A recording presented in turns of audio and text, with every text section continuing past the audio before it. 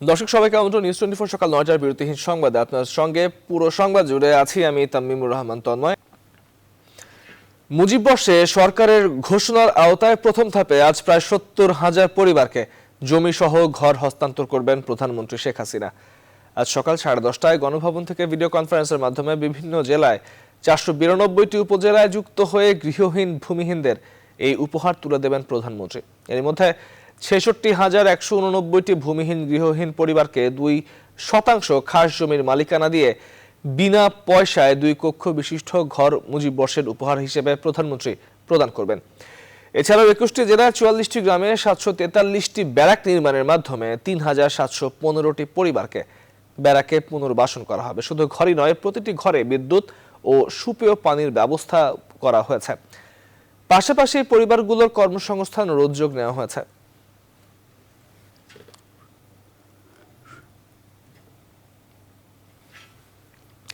উপাচার্য ছাড়াই চলছে 25 বেসরকারি বিশ্ববিদ্যালয়।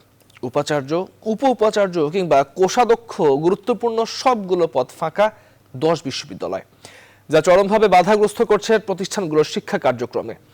বিশ্ববিদ্যালয় মঞ্জুরি কমিশন বলছে, আইন অনুযায়ী এই গুরুত্বপূর্ণ 3 পদে নিয়োগের কথা থাকলেও নিয়ম মানছে না বিশ্ববিদ্যালয়গুলো। আইনি সীমাবদ্ধতায় চিঠি পাঠানো ছাড়া তেমন কোনো ব্যবস্থা নিতে পারছে না তারা। তবে যোগ্য ব্যক্তির অভাব আর আর্থিক জটিলতায় পদগুলো ফাঁকা থাকছে বলে দাবি বেসরকারি বিশ্ববিদ্যালয় কর্তৃপক্ষের। সজল দাসের রিপোর্টে বিস্তারিত।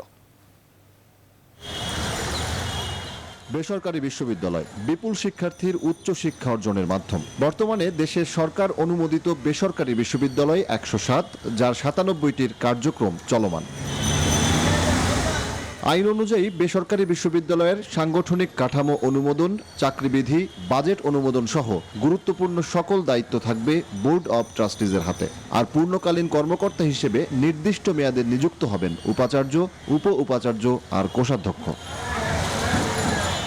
ইউজিসির তথ্য বলছে, গুরুত্বপূর্ণ এই পদগুলো ফাঁকা রেখেই চলছে 10 বিশ্ববিদ্যালয়। উপাচার্য নেই 25টিতে, 74টিতে নেই উপ উপাচার্য, আর কোষাধ্যক্ষ নেই 43টি প্রতিষ্ঠানে।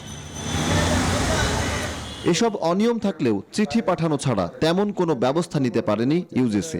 বলছে আইনি সীমাবদ্ধতার কথা। Vice chancellor, pro vice chancellor, treasurer নিয়োগ তারা দিতে আগ্রহী না। ট্রাস্টি বোর্ডের মেম্বাররাই ওইসব পদে অনেক সময় ভারপ্রাপ্ত হিসেবে কাজ করে তাদের যে কর্তৃত্ব সেটা বজায় রাখতে চান। যে অ্যাক্ট আছে সেখানে এখন বিভিন্ন কৌশলে বিভিন্ন অনিয়ম করা হয়। যোগ্য ব্যক্তির অভাব আর আর্থিক সীমাবদ্ধতার কথা বলছে বেসরকারি বিশ্ববিদ্যালয় কর্তৃপক্ষ। আর্থিক অবস্থা এরকম চলতেছে, ছাত্র নাই, অর্থ নাই, সেখানে যেরকম মুশকিল চালানো, আবার এট দ্য সেম টাইম এই 3 জনকে সম্মানের 3 জন টিচার পাওয়াটা মুশকিল। গুরুত্বপূর্ণ পদগুলো ফাঁকা থাকায় বিশ্ববিদ্যালয়ের শিক্ষা কার্যক্রম ক্ষতিগ্রস্ত হচ্ছে বলে মত শিক্ষাবিদদের। ফাঁক ফোকর দিয়ে এই যারা প্রতিষ্ঠা করে, যারা বিনিয়োগটা করেন, তারা আবার এখান থেকে ফায়দা লোটার চেষ্টা করে। সরকারের যে নিয়ম নীতি আছে সেখানে আরো কড়াকড়ি আরোপ করা দরকার। ইউনিভার্সিটিগুলি প্যানেল সাবমিট করে থাকে, তাইলে অতি সত্বর যোগ্য ব্যক্তিকে নিয়োগ দেওয়ার পদক্ষেপ নেওয়া উচিত। ভাইস চ্যান্সেলর এবং প্রো ভাইস চ্যান্সেলরের পদ খালি থাকলে বিশ্ববিদ্যালয়ের কার্যক্রম দারুণভাবে ব্যাহত হয়। প্রেক্ষাপট যেমনই হোক, ক্ষতির মধ্যে পড়বেন শিক্ষার্থীরাই। উচ্চশিক্ষা যেন কোনোভাবেই ব্যবসার মাধ্যম হয়ে না ওঠে, সেদিকেও নজর রাখতে বলছেন শিক্ষা সংশ্লিষ্টরা। সজল দাস, নিউজ 24, ঢাকা। জানুয়ারির প্রায় প্রতিদিনই বায়ু দূষণের শীর্ষে রাজধানী ঢাকা। বাতাসের মান যাচাইকারী আন্তর্জাতিক সংস্থা জরিপে দিয়েছে এই তথ্য। গবেষণা বলছে 2016 সাল থেকে বেড়েই চলেছে রাজধানীর বায়ু দূষণ। এতে ভোগান্তি বেড়েছে নগরবাসীর।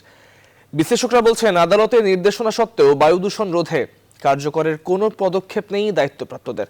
আর এখনই পদক্ষেপ না নিলে বড় ক্ষতির শঙ্কার কথা বলছেন তারা। প্লাবন রহমানের রিপোর্টে বিস্তারিত। দেখে মনে হতে পারে কুয়াশাচ্ছন্ন পরিবেশ, কিন্তু আসল বাস্তবতা ধুলাবালির কারণেই এমন অবস্থা। রাজধানী ঢাকায় দিন দিন এমন দূষণ বাড়ছেই। রাস্তার পাশের বিভিন্ন সেবা সংস্থার তার কিংবা গাছগাছালির পাতায় বলে দিচ্ছে কতটা দূষণের মধ্য দিয়ে যাচ্ছে এই মহানগর, যাতে নানাভাবে ক্ষতিগ্রস্ত হচ্ছেন নগরবাসী। ধুলাবালি তো প্রচুর ধুলাবালি হয়, কুয়াশার মধ্যে থাকা একবার অন্ধকার থাকবেন না। মানুষের চুল, মাথা, মুখ একদম সাদা হয়ে যায়। চুল দাড়ি সাদা কে? ধুলার জন্য নাকি? ধুলের জন্যই তো রাস্তায় ধুলাবালি অবস্থা হয়ে গেছে। নভেম্বর থেকে ফেব্রুয়ারি বছরের এই 4 মাস বায়ু দূষণ সবচেয়ে বেশি থাকে ঢাকায়। তবে চলতি জানুয়ারিতে মাত্রা ছাড়াচ্ছে দূষণ। যুক্তরাষ্ট্র ভিত্তিক বিশ্বের বায়ুমান যাচাই বিষয়ক প্রযুক্তি প্রতিষ্ঠান এয়ার ভিজুয়ালের বায়ুমান সূচক বলছে, গেল সপ্তাহে প্রত্যেক দিন কোনো না কোনো সময় দূষণে 1 নম্বরে ছিল ঢাকা। দূষণ মাত্রার সূচক উঠেছিল 326। এমন মাত্রাতিরিক্ত ধুলোবালি দূষণের মধ্যে জীবন চলছে ঢাকাবাসীর, যা বেড়ে চলেছে প্রতিনিয়ত। বায়ু দূষণের মাত্রা এত বেশি যে তাকে দুর্যোগপূর্ণ বলছে আন্তর্জাতিক সংস্থা, কিন্তু এমন বার্তাও যেন কানে ঢুকছে না কর্তা ব্যক্তিদের। বায়ু দূষণ রোধে কার্যকর কোনো পদক্ষেপই দেখছেন না বিশ্লেষকরা।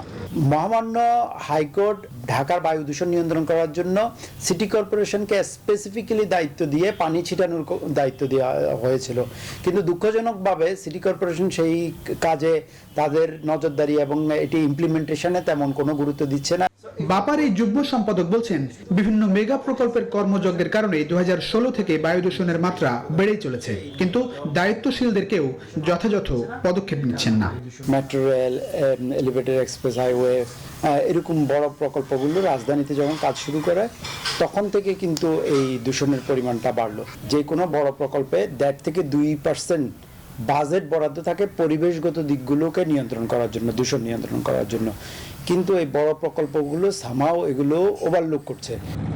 বায়ু দূষণের জন্য চিহ্নিত করা হয়েছে 20টি কারণ, যার মধ্যে উল্লেখযোগ্য বড় বড় উন্নয়ন প্রকল্প, ইটভাটা, সেবা সংস্থাগুলোর নির্মাণ কাজ ও রাস্তা খোঁড়াখুড়ি এবং ফিটনেসবিহীন পরিবহনের ক্ষতিকর ধোঁয়া। একই সঙ্গে অপরিকল্পিত ঢাকায় দূষিত বায়ু বের হওয়ার পথ বন্ধ। এজন্য এখনই কার্যকর পদক্ষেপ না নিলে সামনে আরো ভয়াবহ সংকট অপেক্ষা করছে বলেই সতর্ক করছেন বিশ্লেষকরা। প্লাবন রহমান, নিউজ 24, ঢাকা। এবার ভ্যাকসিনের খবর। মহামারী করোনার প্রাদুর্ভাব কমাতে ভ্যাকসিন দেওয়ার পূর্ণ প্রস্তুতি দেশ। চলতি সপ্তাহে উদ্বোধন হবে টিকাদান কর্মসূচি, আর ফেব্রুয়ারি থেকে শুরু হবে গণটিকার কর্মসূচি। এসব তথ্য নিশ্চিত করেছেন স্বাস্থ্য সচিব আব্দুল মান্নান। আগামী 6 মাসে সেরামের 3 কোটি ডোজ টিকা পৌঁছবে বাংলাদেশে। অন্তরা বিশ্বাসের রিপোর্টে বিস্তারিত। বৃহস্পতিবার ভারত থেকে 20 লক্ষ টিকা এসেছে বাংলাদেশে। 25 বা 26 তারিখ আরও টিকা আসবে বলে জানিয়েছে স্বাস্থ্য অধিদপ্তর। সুষ্ঠুভাবে টিকাদান সম্পন্ন করতে এরই মধ্যে টিকা বিষয়ক প্রশিক্ষণ দেওয়া হয়েছে সিভিল সার্জনদের। পরিকল্পনা অনুযায়ী দেশের 80% মানুষকে টিকা দেওয়ার কথা সরকারের। চলতি সপ্তাহেই টিকা দেওয়ার উদ্বোধন হবে রাজধানীর একটি ডেডিকেটেড করোনা হাসপাতালে। উদ্বোধনীটা করার চেষ্টা করছি, যেদিনে যে উদ্বোধন করা, আশা করি এই সপ্তাহে, এই যে রোববার থেকে প্রথম দিন সরাসরি করোনা আক্রান্ত রোগীদের স্বাস্থ্য সেবায় যুক্ত স্বাস্থ্যকর্মীদের টিকা দেওয়া হবে। তালিকায় থাকবে বিভিন্ন শ্রেণী পেশার বেশ কয়েকজনও। প্রথম পর্যায়ে 3% মানুষকে টিকা দেওয়ার সিদ্ধান্ত নিয়েছে স্বাস্থ্য মন্ত্রণালয়। প্রাথমিকভাবে 400 থেকে 600 জনকে টিকা দেওয়ার পরে তাদেরকে পর্যবেক্ষণে রাখা হবে। প্রায় 7000-এর বেশি কিন্তু সেন্টার করা হবে। সেখানে কিন্তু স্বাস্থ্যকর্মীদের পাশাপাশি বা ভলান্টিয়ার যারা থাকবে তাদের পাশাপাশি একটা মেডিকেল টিমও থাকবে। যদি কোনো পার্শ্ব প্রতিক্রিয়া হয় তাহলে তাৎক্ষণিকভাবে যেন চিকিৎসার সুযোগ সুবিধা থাকে সেটাও কিন্তু ব্যবস্থা করা হচ্ছে। এরপর শুরু হবে গণটিকা কর্মসূচি। খসড়া পরিকল্পনা অনুযায়ী 5টি ধাপে প্রায় 13 কোটি মানুষকে টিকা দেওয়া হবে। দুভাগে ভাগ করা হবে।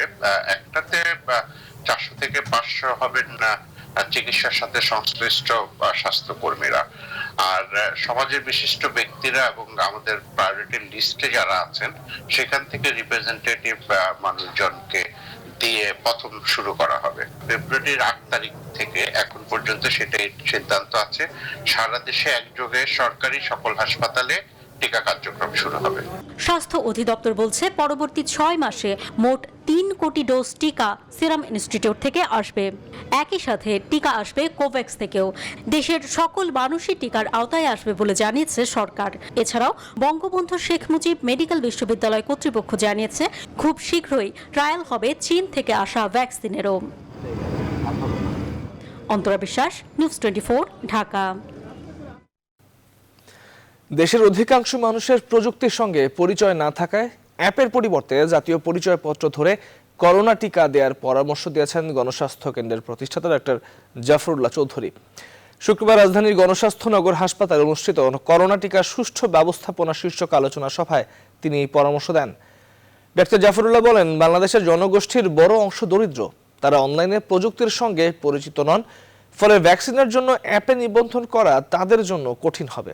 অ্যাপ পূরণের জন্য আরেকটি দালাল পক্ষ তৈরি হবে। এই সময় আস্থা ও সচেতনতা বৃদ্ধিতে সবার আগে গণমাধ্যমের সামনে প্রধানমন্ত্রী শেখ হাসিনাকে ভ্যাকসিন নেওয়ার আহ্বান জানান গণস্বাস্থ্য কেন্দ্রের ট্রাস্টি।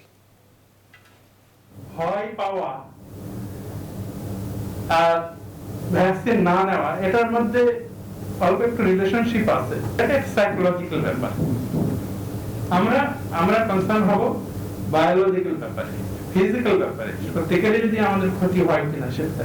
টেলিভিশন ক্যামেরায় আপনাদের সামনে আমার মাননীয় প্রধানমন্ত্রী পয়লা ভ্যাকসিন নেবে। যতদিন পর্যন্ত সরকারি ভ্যাকসিনটা দেওয়া শেষ না হবে ততদিন কোনো প্রাইভেট খাতে ভ্যাকসিন আমদানি করতে দেওয়া উচিত হবে না।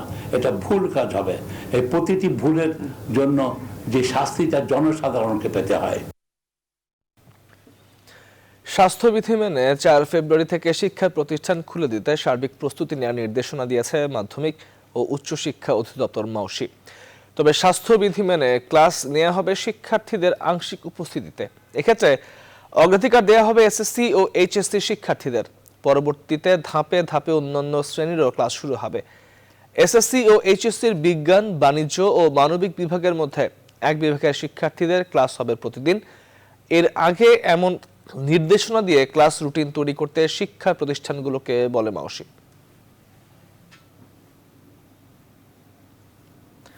দেশে করোনায় আক্রান্ত হয়ে আরো 15 জনের মৃত্যু হয়েছে। এ নিয়ে মোট প্রাণহানি বেড়ে দাঁড়িয়েছে 7,981 জনে।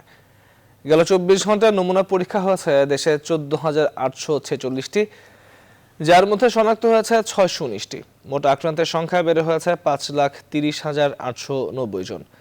আর এ পর্যন্ত পরীক্ষা হয়েছে 35,30,274টি নমুনা। গত একদিনে আরও 487 জন রোগী সুস্থ হয়ে উঠেছেন। তাতে এ পর্যন্ত সুস্থ রোগীর মোট সংখ্যা বেড়ে 4,75,561 জন হয়েছে। নমুনা পরীক্ষার বিবেচনায় 24 ঘন্টায় শনাক্তের হার 4.17%। এ পর্যন্ত মোট শনাক্তের হার 15.04%। শনাক্ত বিবেচনায় সুস্থতার হার 89.58% এবং মৃত্যুর হার 1.50%।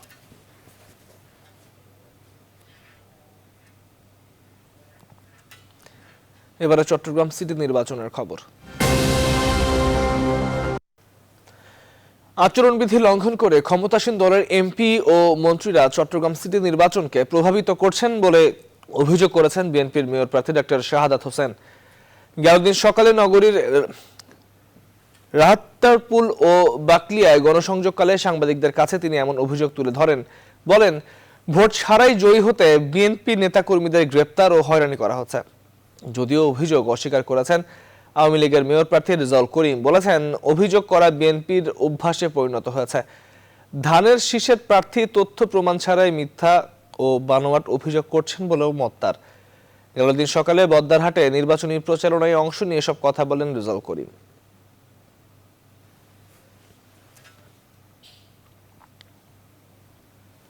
মন্ত্রী, সরকারের মন্ত্রীরা তারা এখানে নির্বাচনকে প্রভাবিত করার চেষ্টা করছে। তো সুষ্ঠু সুন্দর গ্রহণযোগ্য নির্বাচনের জন্য এমপি মন্ত্রীরা যাতে আইন বহির্ভূত কোনো কাজ না করে এটা অবশ্যই ইসিকে দেখতে হবে। উনি কিভাবে জানলো যে মন্ত্রী প্রভাব বিস্তার করছেন?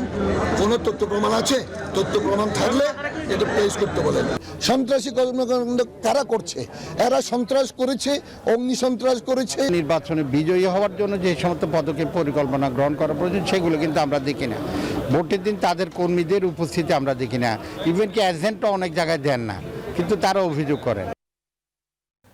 উন্নয়ন প্রকল্পে বারবার সময় ক্ষেপণ আর ব্যয় বৃদ্ধি যেন নিয়মিত ঘটনা এখন। তবে দ্বিতীয় কাঁচপুর মেঘনা গোমতী সেতু প্রকল্পে তা তো হয়নি, বরং খরচ কম লেগেছে প্রায় 1,500 কোটি টাকা। পরিকল্পনা মন্ত্রী বলছেন, এমন প্রকল্পকে উদাহরণ ধরে অন্য প্রকল্পেও খরচ ও সময় বাড়াতে বাড়তি নজর রয়েছে সরকারের। সুলতান আহমেদ জানাচ্ছেন বিস্তারিত। এক সময়ের যানজটের কেন্দ্রবিন্দু কাঁচপুর ব্রিজ এখন স্বস্তির জায়গা। কাঁচপুর দ্বিতীয় সেতু হওয়ার পরই পাল্টে গেছে পুরো প্রেক্ষাপট।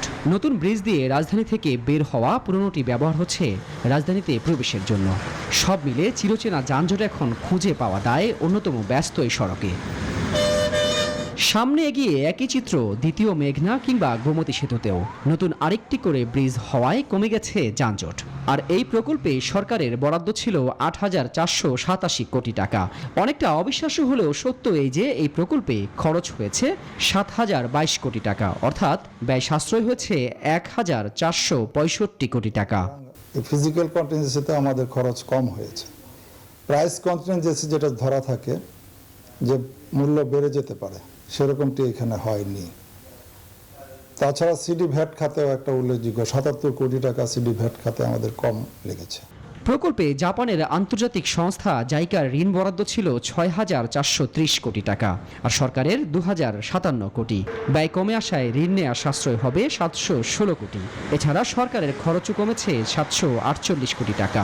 সবাইকে দেখিয়ে দেওয়া উচিত যে এই ধরনের কাজ করলে পরে আমরা অন্যদের আমরা পুরস্কৃত করব, এবং প্রজেক্ট রিভিশনের যে একটা কালচার হয়ে গেছে এবং প্রজেক্ট ব্যয়কে ২-৩ গুণ বাড়িয়ে দেওয়ার একটা প্রবণতা আছে, সেই জিনিসটা থেকে বিরত রাখার জন্য সর্বাত্মক প্রচেষ্টা সরকারকে নিতে হবে। প্রধানমন্ত্রীও তাগিদ দিয়েছেন প্রকল্পে খরচ ও সময় সাশ্রয় করতে। পরিকল্পনা মন্ত্রী বলছেন অন্যান্য প্রকল্পেও নজরদারি রয়েছে তাদের। প্রচেষ্টা চালিয়ে যাচ্ছি যাতে কাজ দ্রুততম সময়ে করা যায় এবং কষ্ট আরও রিজনেবল বা যুক্তিসঙ্গত করা যায়। তো আশা করছি এর ফলে একটা ভালো প্রভাব পড়বে এবং আগামীতে খুব শীঘ্রই কম সময়ের মধ্যে আমরা অন্যান্য চলমান প্রকল্পের ইতিবাচক প্রভাব দেখতে পাবো। তবে সাশ্রয় হওয়া টাকা কোথায় ব্যয় হবে তা এখনও চূড়ান্ত হয়নি বলে জানান সংশ্লিষ্টরা। ঢাকা চট্টগ্রাম মহাসড়কে চলাচলকারী মানুষদেরকে স্বস্তি দিয়েছে এই দ্বিতীয় কাঁচপুর মেঘনা গোমতী নদীর উপর নির্মিত সেতু। ঠিক তেমনিভাবে ১,৫০০ কোটি টাকা ব্যয় কমিয়ে তৈরি করেছে নতুন উদাহরণ। সামনের দিনে অন্যান্য প্রকল্প সংশ্লিষ্টদের জন্য এটি হতে পারে নতুন এক উদাহরণ। সুলতান আহমেদ, নিউজ 24, দাউদকান্দি, কুমিল্লা। এবার নিউজ 24 স্পোর্টস। পেশাদার লীগ ফুটবলে আজ কুমিল্লার শহীদ ধীরেন্দ্রনাথ স্টেডিয়ামে টেবিল টপার বসুন্ধরা কিংসের বিপক্ষে লড়বে ব্রাদার্স ইউনিয়ন। ম্যাচ শুরু বিকেল ৩টায়। অন্যদিকে ঢাকার বঙ্গবন্ধু স্টেডিয়ামে বিকেল ৩টায়, অর্থাৎ একই সময়ে আবাহনীর প্রতিপক্ষ রহমতগঞ্জ।